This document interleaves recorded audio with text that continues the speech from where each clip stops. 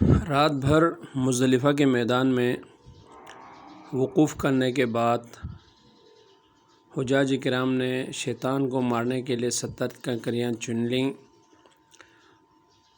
اور فجر کی نماز ادا کر کے منی کے لیے روانہ ہو گئے، جہاں وہ آج بڑے شیطان کو 7 کنکریاں ماریں گے۔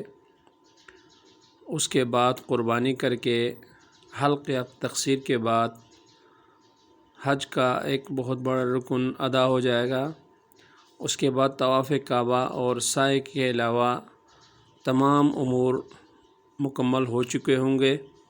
11، 12 اور 13 کو حجاج کرام باقی شیطانوں کو 21 کنکریاں روزانہ کی بنیاد پر ہر شیطان کو 7 کنکریاں مار کر حج کے مناسک کو مکمل کر لیں گے۔